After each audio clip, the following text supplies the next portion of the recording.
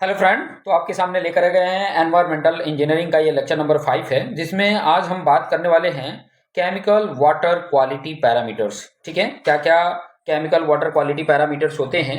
अच्छा, ये करते क्या हैं, थोड़ा सा आप ये इसके बारे में देख सकते हैं कि ये जो होता है वो हेल्प करते हैं टेस्टिंग में केमिकल कैरेक्टरिस्टिक ऑफ वाटर, मतलब वाटर के केमिकल कैरेक्टरिस्टिक की टेस्टिंग करने में ये हेल्प करते हैं।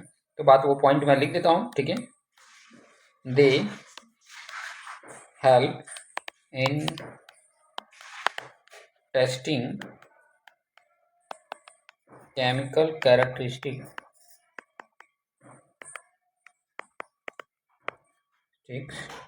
of water। ठीक है, ये हेल्प करते हैं। ठीक है, अब इसमें कौन कौन से पैरामीटर्स हैं वो चीज़ें हम थोड़ा देख लेते हैं। केमिकल वाटर क्वालिटी पैरामीटर कौन कौन से हैं, तो वो पैरामीटर में पहली पैरामीटर की हम बात करने वाले हैं, जिसका नाम है TDS, टोटल डिजॉल्व्ड सॉलिड। ठीक है, जिसको शॉर्ट में हम TDS बोलते हैं। ठीक है, TDS बोलते हैं। ठीक है, और TDS की बात करेंगे। TDS की अगर मैं बात करूं, ठीक है, आप अपने घरों में देखोगे कि TDS मेजरमेंट करने के लिए आपका जो आते हैं, तो TDS जो होता है वो हमारे घरों के 500 mg पर लीटर तक ठीक है। ठीक है, 500 mg पर लीटर से ज़्यादा नहीं होना चाहिए। ठीक है, 100-200 TDS रहता है तो चल जाता है, उतना रहना चाहिए। 100-200 TDS रहेगा, चल जाएगा, ज़्यादा नहीं होना चाहिए। ठीक है, ज़्यादा होने पे भी प्रॉब्लम होता है। क्लियर। तब पॉइंट ये है कि ये TDS जो होता है, ठीक है, उसको किससे मेजरमेंट करते हैं, किस तरीके से मेजरमेंट करते हैं, उसके बारे में मैं आपको थोड़ा सा जानकारी देता हूँ कि ताकि आपको आइडिया रहे। ठीक है, बात यह है कि जैसे कि मान लीजिए कि ये मैंने लिया एक कंटेनर। ठीक है, ये मैंने लिया एक कंटेनर, इसके अंदर आपका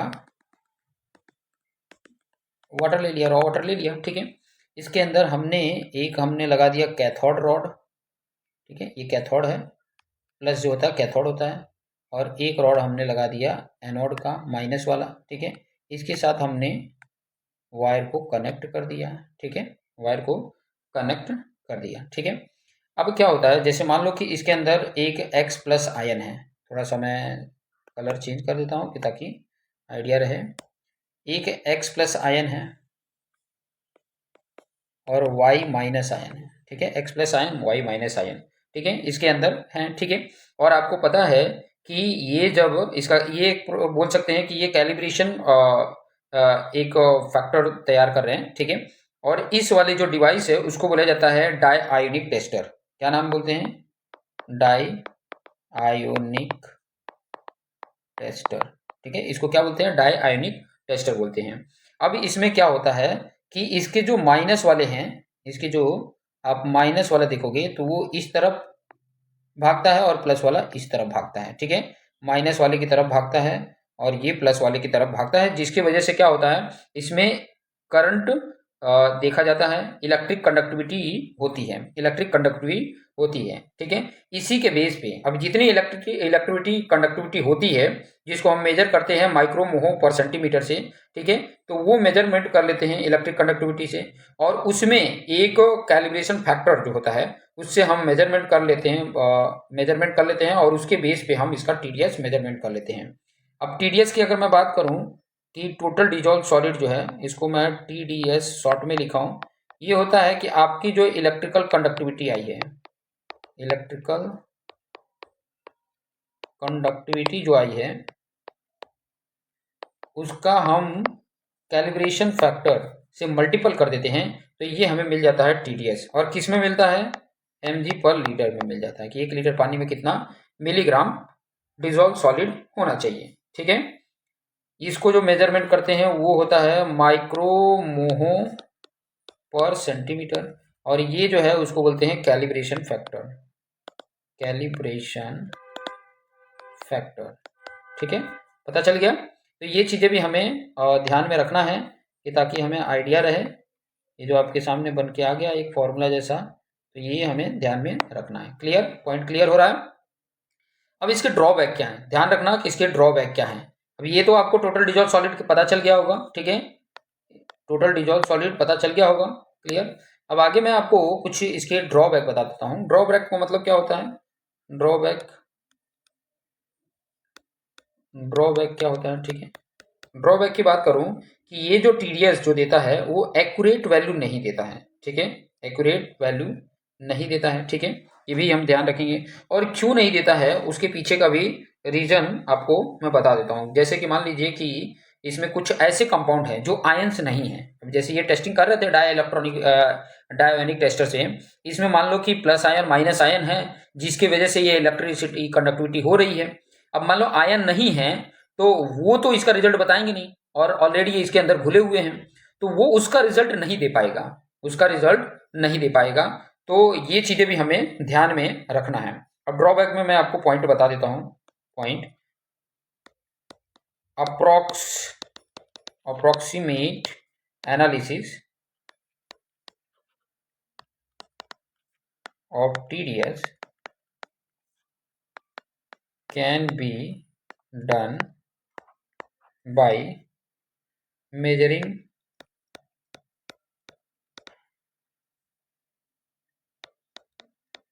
electrical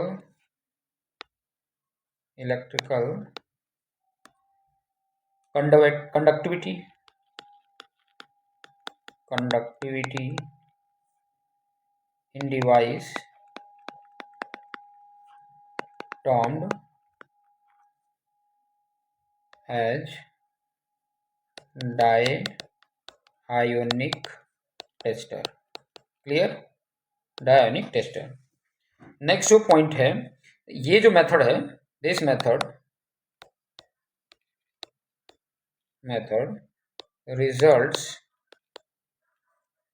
in lower value of TDS as in water,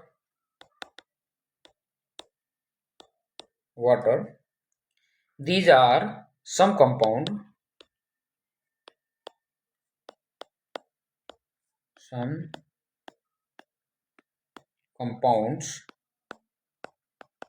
which are not present in ionic form, hence does not contribute to electrical conductivity. ठीक है, पॉइंट समझ में आ गया कि ये जो मेथड है ये लोअर वैल्यू टीडीएस का वाटर में देता है। इसके पीछे का रीजन है कि कुछ कंपाउंड इसमें ऐसे होते हैं जो आयनिक फॉर्म में प्रेजेंट नहीं होते हैं, जिसकी वजह से ये इलेक्ट्रिकल कंडक्टिविटी में कंट्रीब्यूट नहीं करते हैं, जिसकी वजह से ये हमारे लिए एक ड्रॉबैक हो जाता है।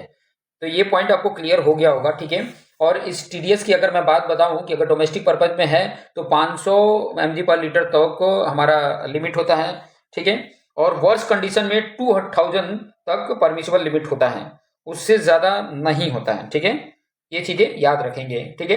बाकी का भी मैं लिमिट एक बार बता दूंगा। जो फिजिकल वाटर क्वालिटी पैरामीटर में था, सस्पेंडेड सॉलिड की बात करें या टर्बिडिटी की बात करें या टेस्ट एंड ऑर्डर की बात करें, कलर की बात करें, टेम्परेचर की बात करें, ये सारा कुछ का जो लिमिट है वो सारा लिमिट मैं वन बाय करके एक बार बता दूंगा।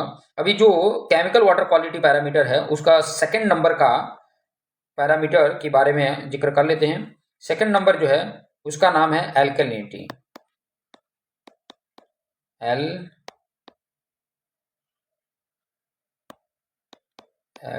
एल्कलिनिटी, ठीक है, एल्कलिनिटी। अभी ये एल्कलिनिटी क्या होता है, किसको बोलते हैं, एल्कलाइन वाटर किसको बोलते हैं, जिसके अंदर इसके CO3 2- के कंपाउंड हो, कार्बोनेट आयंस हो, बाइकार्बोनेट आयंस हो, या हाइड्रोक्सिल आयंस हो, या सल्फाइड आयन हो, या फॉस्फेट आयन हो, या सिलिकेट आयन हो, तो वो ऐसे अगर वाटर में प्रेजेंट होते हैं तो उनको बोला जाता है एल्कलिनिटी वाटर या एल्कलाइन वाटर, ठीक है।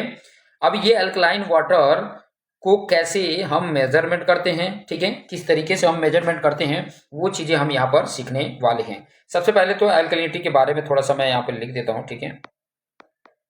Alkalinity is the measurement of those ion which are capable of neutralizing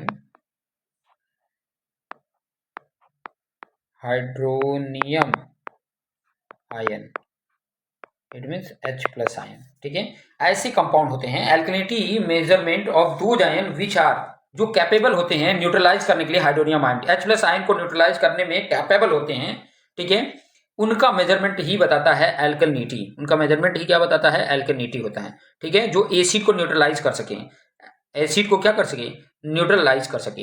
अब इस ऐसे टाइप के वाटर में मेजर कंपाउंड क्या क्या होते हैं वो चीजें यहां पर देख सकते हो। मेजर कंपाउंड की बात करेंगे। ठीक है, पहले एक पॉइंट लिख सकते हैं यहां पर, कैपेबल ऑफ न्यूट्रलाइजिंग एसिड। ठीक है, ये चीजें याद रखेंगे। अब मैं यहां पर मेजर कंपाउंड की बात कर लेता हूं, कौन कौन से हैं जो मेजर कंपाउंड हैं, कौन कौन से जो है मेजर कंपाउंड है। जैसे आप CO3 2- देख लें, HCO3- देख लें, OH- आयन देख लें। इसको हम बोलते हैं कार्बोनेट आयन, इसको हम क्या बोलते हैं, कार्बोनेट आयन बोलते हैं। क्या बोलते हैं, कार्बोनेट आयन बोलते हैं। इसको बाई कार्बोनेट आयन बोलते हैं, बाई कार्बोनेट आयन बोलते हैं। इसको हाइड्रोक्सिल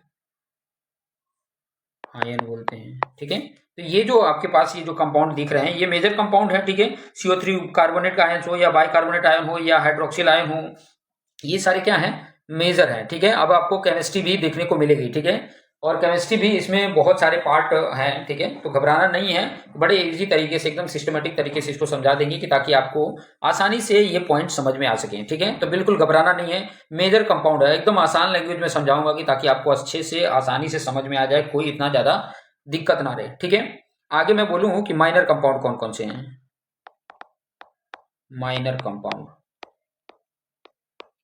माइनर कंपाउंड की बात करेंगे तो सल्फाइड आयन है, जैसे HS-, HPO4-, HSiO3-। ठीक है, इस वाले कंपाउंड को बोलते हैं सल्फाइड आयन। इस वाले को बोलते हैं फॉस्फेट आयन। इस वाले को बोलते हैं सिलिकेट आयन। ठीक है, ये ध्यान में रहे। ठीक है, क्लियर, पॉइंट समझ में आ रहा है, माइनर कंपाउंड क्या है, मेजर कंपाउंड क्या है। अब देखो, अगर आपने मेजर कंपाउंड को पता कर लिया कि इसमें मेजर कंपाउंड ये हैं, तो माइनर कंपाउंड तो उसमें शामिल ही हो जाएंगे। ठीक है, पता ही चल जाएगा। अगर मैं मेजर कर लिया कितने मेजर कंपाउंड हैं, तो माइनर कंपाउंड तो उसके अंदर आ ही जाएंगे, सम्मिलित ही हो जाएंगे। ठीक है, clear.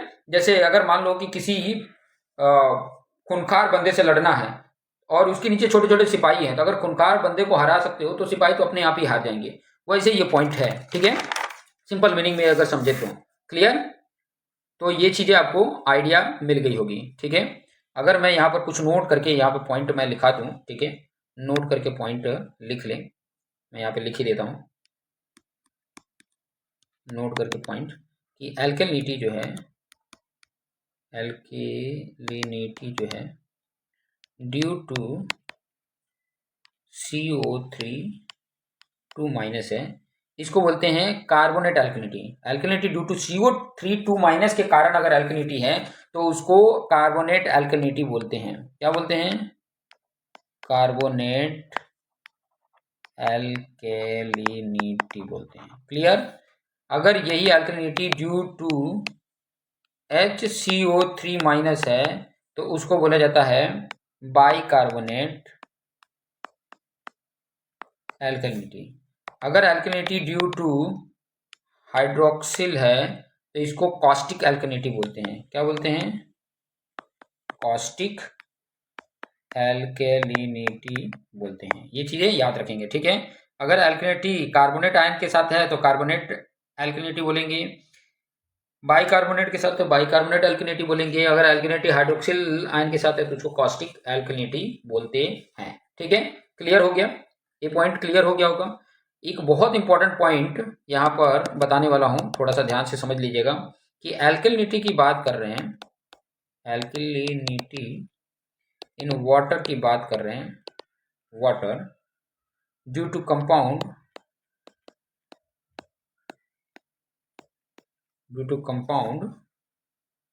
which are formed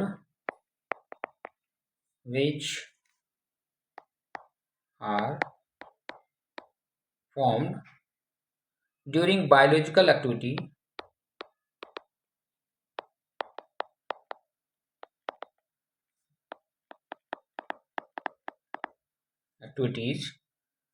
of organic matter। समझ रहे हैं पॉइंट? कह रहा है कि अल्कलिनिटी जो होती है वाटर में वो कौन से कंपाउंड से फॉर्म होती है, कुछ बायोलॉजिकल एक्टिविटी होती है जिसकी, जैसे कि ऑर्गेनिक मैटर हैं, उनके कारण भी इसमें अल्कलिनिटी वाटर में आ जाती है। कहने का मतलब सिंपल सा अगर बोले कि वाटर में अल्कलिनिटी आई तो आई कहाँ से आई, तो कुछ ऐसे रीजन होते हैं, ऑर्गेनिक मैटर होते हैं जिनकी एक्टिविटी, बायोलॉजिकल एक्टिविटी के कारण ही ये फॉर्म हो जाते हैं। ठीक है, जैसे कि मैं यहाँ पर छोटा सा एक एग्जाम्पल के तौर पे अगर मैं बताना चाहूँ तो थोड़ा सा यहाँ पर ध्यान दीजिए। जैसे कि मान लो कि कार्बन डाइऑक्साइड है, CO2, ये अब वाटर के साथ रिएक्शन करेगा तो क्या बना देगा, H2CO3, कार्बोनिक एसिड बना देगा, कार्बोनिक एसिड ये बनाएगा। ठीक है, अब ये जो आपका H2CO3 है, H2CO3 जो है ये वीक है। ठीक है, ये क्या है, वीक है। अब वीक है तो ये टूट के क्या हो जाता है, H प्लस आयन बना देता है, प्लस H बाई कार्बोनेट बना देता है। ठीक है, HCO3 बना देता है। ये जो HCO3 है, फर्दर HCO3 माइनस, ये फर्दर टूट के इसमें कन्वर्ट हो जाता है, H plus plus CO3 2 minus में कर देता है। ठीक है, और ये CO3 2 माइनस ये वाटर में ही टूटा है तो फिर ये वाटर के साथ रिएक्शन करके, क्या बना देता है, HCO3 minus plus OH minus, ये आपका बन जाता है। ठीक है, अब बात ये हुई, ठीक है, कि ये जो आपके सामने जो रिएक्शन दिख रहा है ना, ये वीक रिएक्शन है। ठीक है, ये क्या है, वीक रिएक्शन है। ठीक है, तो ये जो रिएक्शन है इसमें क्या होता है कि ये जो अल्गी होती है, ठीक है, वो क्या कर देती है, ये जो एल्गी होती है ये यूटिलाइज कर लेती है HCO3 को, HCO3 माइनस को यूटिलाइज कर देती है और एक्यूमुलेट कर देती है OH माइनस आयन को। ठीक है, जो इंक्रीज कर देता है, OH माइनस होने की वजह से ये इंक्रीज होती है, इसकी pH वैल्यू क्या हो जाती है, इंक्रीज हो जाती है, उसका रेंज हो जाता है 8 से लेकर 10 तक। ठीक है, सिंपल सा फंडा है कि ये जो वीक है इसमें जो एल्गी होती है वो इसको क्या कर लेती है, यूटिलाइज कर लेती है, HCO3 को यूटिलाइज कर जाती है, तो आपके पास बचा क्या, OH। ठीक है, OH बचा, OH जो जिसके अंदर जिस कंपाउंड में होते हैं वो क्या बता देता है, एल्किलिनिटी बता देता है। ठीक है, एल्किलिनिटी बता देता है। क्लियर? तो ये चीजें हमें ध्यान में रखना है कि ये जो है आपके सामने जो दिख रहा है ये वीक है। ठीक है, वीक है कि ये जिस फॉर्म में हो रहा है फिर इस फॉर्म में भी आ सकता है। ठीक है, तो इसको आगे हम यहाँ पे लिख सकते हैं, this is a weak reaction, this is a weak reaction. ठीक है, ये ध्यान में रहेगा। जैसे कुछ इंपॉर्टेंट पॉइंट मैं बात करूं, जैसे कि आपके पास ये वाटर है, ठीक है, रॉ वाटर है। ठीक है, अब इसके अंदर हम क्या कर देते हैं, फर्टिलाइजर डाल देते हैं, फर्टिलाइजर। ठीक है, या इंसेक्टिसाइड डाल देते हैं, साइड डाल देते हैं, या पेस्टिसाइड डाल देते हैं। ठीक है, ये सब क्या होते हैं, सबके अंदर क्या होता है, फास्फोरस होता है, सबके अंदर क्या होता है, फास्फोरस होता है। ठीक है, अब ये फास्फोरस होता है, ये जो इस सबके अंदर फास्फोरस होता है, फास्फोरस जो होता है इन सब में फास्फोरस पाया ही जाता है। अब ये जो फास्फोरस है, ये फास्फोरस जो अलगी होता है उसके लिए प्राइम न्यूट्रिएंट का काम करता है, प्राइम न्यूट्रिएंट का काम करता है। ये HCO3 को यूटिलाइज कर लेता है। ठीक है, HCO3 को यूटिलाइज कर देता है और उसी की वजह से इसका pH वैल्यू क्या हो जाता है, 8 से लेके 10 तक हो जाता है। तो वो पॉइंट भी हम यहाँ पर नोट कर लेते हैं। ठीक है, फास्फोरस जो है, फास्फोरस इज प्राइम न्यूट्रिएंट्स, ये न्यूट्रिएंट्स हैं। हाँ, ठीक है, for utilizes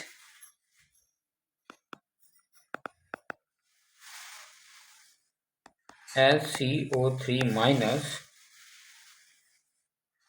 algae, then pH value of water 8 to 10। Clear. आगे और पॉइंट लिख सकते हो इसमें, और पॉइंट इसमें ऐड कर सकते हो कि जो एल्गी है utilise SCO3 minus leading accumulation कर सकते हो, accumulation of OH minus which increases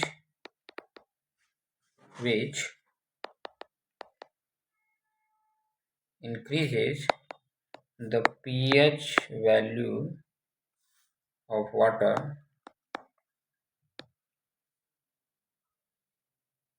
8 to 10 range, ये आप बता सकते हैं। क्लियर, समझ में आ गया। एल्कलिनिटी किस रीजन से आ जाता है, ठीक है, क्या होने की वजह से इसको एल्कलिनिटी बोलते हैं, ये चीजें हमें ध्यान में रखना चाहिए, ठीक है। अब पॉइंट ये आ जाता है कि ये जो एल्कलिनिटी है वो इम्पैक्ट क्या डालती है, इम्पैक्ट ऑफ एल्कलिनिटी, इसके बारे में भी हम थोड़ी पॉइंट का जिक्र कर लेते हैं। Impact of alkalinity, impact of alkalinity की बात कर लेते हैं। इम्पैक्ट ऑफ एल्कलिनिटी, क्या इम्पैक्ट डालते हैं, तो क्या इम्पैक्ट डाल रहे हैं, पहला पॉइंट, ठीक है, alkalinity leads to bitter taste in water. Alkalinity होने की वजह से ये क्या देता है, कड़वा टेस्ट देता है, ठीक है। Alkalinity leads to bitter taste in water. Next है alkalinity leads to increase of to incrustation, increase नहीं है, to incrustation of pipe, to leads to incrustation, इसको भी समझा देता हूँ, क्रस्टेशन ऑफ पाइप, कहने का मतलब है कि इसके अंदर कार्बोनेट आयन है, ठीक है, तो वो सेटल पाइप के ऊपर क्या हो जाते हैं, सेटल डाउन हो जाते हैं। कैसे, जैसे कि मान लो ये पाइप है आपका, ये पाइप है, ठीक है, अब इसके अंदर से पाइप ये फ्लो हो रहा है, ठीक है, ये फ्लो हो रहा है, कुछ जो होते हैं इसमें सेटल डाउन हो जाएंगे, यहाँ पे सेटल डाउन हो जाएंगे। सेटल डाउन होने की वजह से क्या हो जाएगा कि इसका जो जाने का रास्ता था वो एरिया कम हो जाती है, एरिया कम होने की वजह से इसकी डिस्चार्ज जो होगी वो क्या हो जाएगी, पाइप में वो कम हो जाएगी, ठीक है। इनक्रस्टेशन का मतलब हो गया settlement of precipitate, settlement of precipitate, यहाँ पे लिख देता हूँ, सेटलमेंट ऑफ प्रेसिपिटेट, ठीक है, ये याद रहे, ठीक है। अब पाइप में हो जाने की वजह से, इनक्रस्टेशन ऑफ पाइप होने की वजह से, hence discharge carrying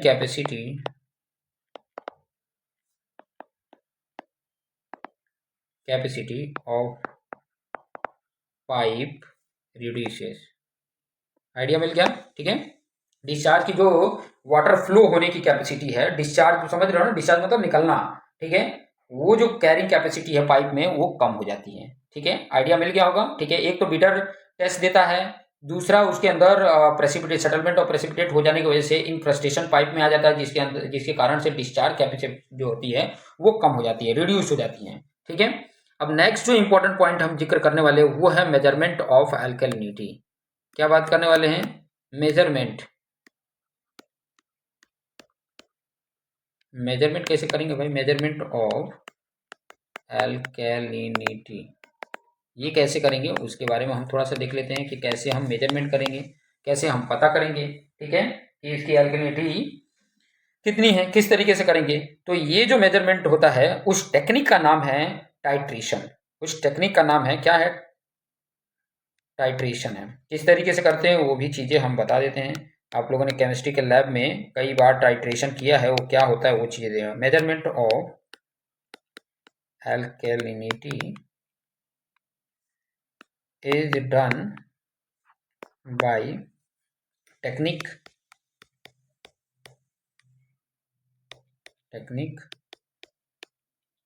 known as titration, ठीक है। Measurement of alkalinity is done by technique known as titration, ठीक है, titration. Clear. Water sample is titrated by acid to find hydrogen equivalent,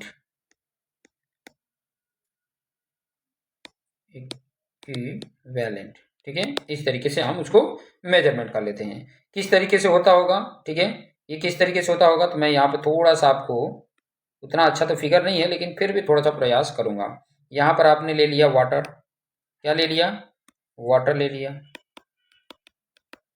यहाँ पर वाटर ले लिया, ठीक है। ये वाटर सैंपल है, लिख भी लेता हूँ, वाटर सैंपल, ठीक है। प्लस इसमें एक इंडिकेटर लगा रहेगा, इंडिकेटर, ठीक है, इंडिकेटर बताएगा। और दूसरा हम यहाँ पर एक टाइट्रेशन इन ब्यूरेट ले लेते हैं। टाइट्रेशन इस तरीके से कुछ बना रहता है, ठीक है, शायद हम लोगों ने देखा भी होगा, इस तरीके से बना रहता है और इसमें मेजरमेंट करने के लिए लगा रहता है, ठीक है। इसको क्या बोलते हैं, टाइट्रेशन इन ब्यूरेट।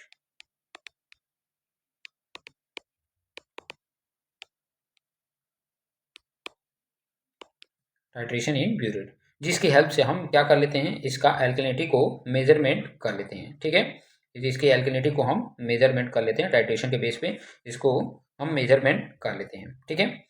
कुछ टर्म जो है जो हमें जानने के लिए ज़रूरी है, वो टर्म भी हम देख सकते हैं कि वो टर्म को किस तरीके से हमें करना है, कि ताकि हमें आइडिया मिल सके। वो टर्म थोड़ा सा आप समझ लीजिए, फिर उसके बाद से हम ये वीडियो को, आई थिंक मेरे ख्याल से अभी हाफ एन आवर ही हुआ है, तो इसको वीडियो को हम मेजरमेंट किस तरीके से करना है वो कर लेते हैं।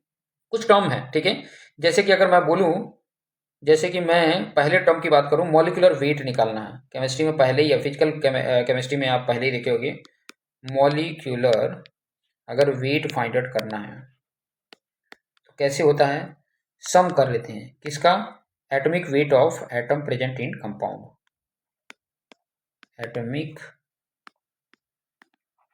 Weight of atom present in compound. Compound में जितने एटम होते हैं उनका एटॉमिक वेट का सम कर लेते हैं, वही हो जाता है मॉलिक्यूलर वेट। क्लियर, आइडिया मिल गया होगा। सम, ये समेशन का मतलब है सम, ठीक है, उन सब का सम कर लेते हैं। फॉर एग्जांपल अगर मैं बोलूं, फॉर एग्जांपल की अगर मैं बात करूं, जैसे मॉलिक्यूलर वेट आपको फाइंड आउट करना है CaCO3 का, मॉलिक्यूलर वेट फाइंड आउट करना है, फाइंड मॉलिक्यूलर वेट। पहले नंबर तो इनका, आपका एटम का जो एटम है उनका वेट आपको पता होना चाहिए, एटॉमिक वेट पता होना चाहिए, ठीक है। तो मैं थोड़ा सा आपको बताने के लिए मैं यहाँ पर लिख देता हूँ कि इनके एटॉमिक वेट, कुछ के एटॉमिक वेट जो ज़्यादा यूज में आते हैं उनका मैं एटॉमिक वेट यहाँ पर लिख देता हूँ, कि ताकि हमें फाइंड आउट करना आसान रहे, ठीक है। जैसे कि मान लो कैल्शियम की बात करूँ तो उसका एटॉमिक वेट 40 होता है, कार्बन की बात करूँ तो वो होता है 12, ऑक्सीजन की बात करूँ तो वो होता है 16, सल्फर की बात करूँ तो वो होता है 32, हाइड्रोजन की बात करूँ तो वो होता है 1, ठीक है। ये नॉर्मली क्या होता है, ये नॉर्मली क्या होता है, हमें आता ही है, ठीक है, ये नॉर्मली क्या होता है, हमें आता ही है, ठीक है। अब मैं बात कर रहा था कि मॉलिक्यूलर वेट हमें फाइंड आउट करना है, किसका, मॉलिक्यूलर वेट किसका फाइंड आउट करना है, ये ले लेते हैं, ठीक है।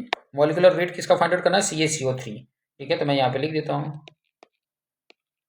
मॉलिक्यूलर वेट ऑफ CaCO3 क्या होगा, कार्बन का होता है 12 प्लस, सॉरी कैल्शियम है ना, पहले तो कैल्शियम है, ठीक है। तो कैल्शियम का होता है 40 प्लस कार्बन का होता है 12 प्लस ऑक्सीजन का होता है 16, लेकिन है ये कितना, 3 है, तो ये 40 प्लस ये 12 और 16 3 जा 48, इन सबको ऐड कर रहे हैं तो कितना हो जा रहा है, 100 हो जाता है, 100 ग्राम हो जाता है। ठीक है, तो मॉलिकुलर वेट ऑफ CaCO3 कितना हो गया, 100 ग्राम हो गया। ठीक है, तो ये पता चल गया। मॉलिकुलर वेट अगर किसी का फाइंड आउट करना है तो आप फाइंड आउट कर लोगे।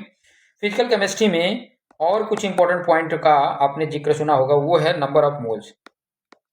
नंबर ऑफ मोल्स, ठीक है, नंबर ऑफ मोल्स कैसे फाइंड आउट करते हैं, तो जो गिवन वेट है, गिवन वेट बोलो या गिवन मास बोलो, बात एक ही है, डिवाइडेड बाय मॉलिकुलर वेट हो जाता है, मॉलिकुलर वेट। अभी हमने मॉलिकुलर वेट फाइंड आउट करना सीखा, इसीलिए सीखा कि ताकि ये जो आएगा आपको काम में, उसको आप आसानी से इसको समझ पाएंगे। क्लियर पॉइंट पता चला, मॉलिकुलर वेट पता चल गया।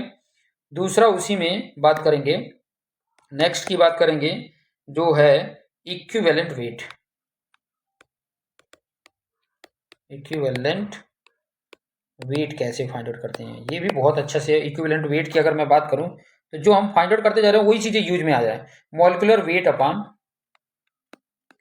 मॉलिकुलर वेट, जो भी आपके सामने है, मॉलिकुलर वेट अपॉन वैलेंसी आ जाती है।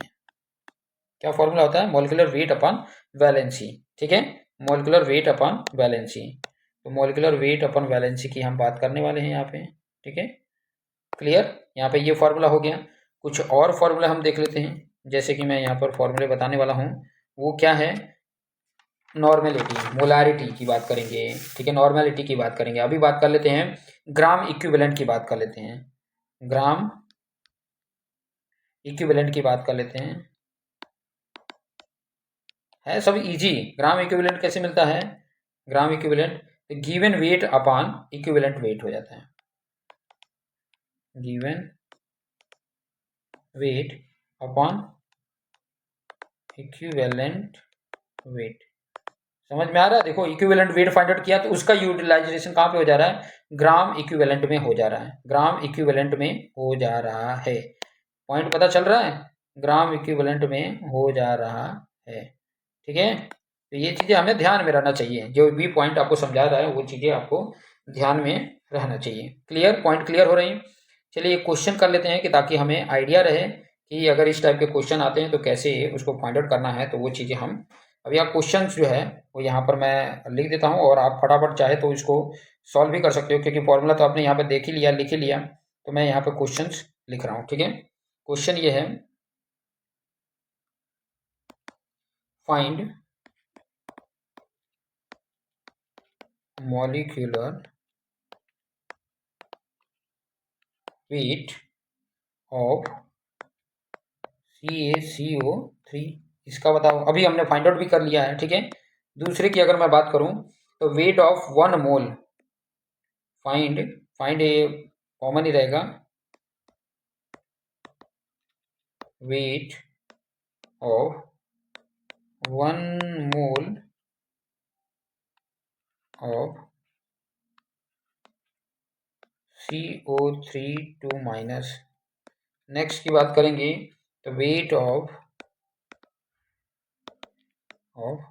1 मोल ऑफ H2SO4। ठीक है, और क्वेश्चन की बात करेंगे तो फाइंड इक्विवेलेंट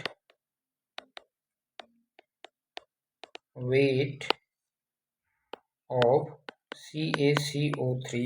ठीक है, और क्वेश्चन अगर मैं बोलूँ, find gram equivalent of 200 milligram CaCO3, 200 milligram CaCO3। फिर उसके बाद से अगर क्वेश्चन हो, फाइंड ग्राम इक्विवेलेंट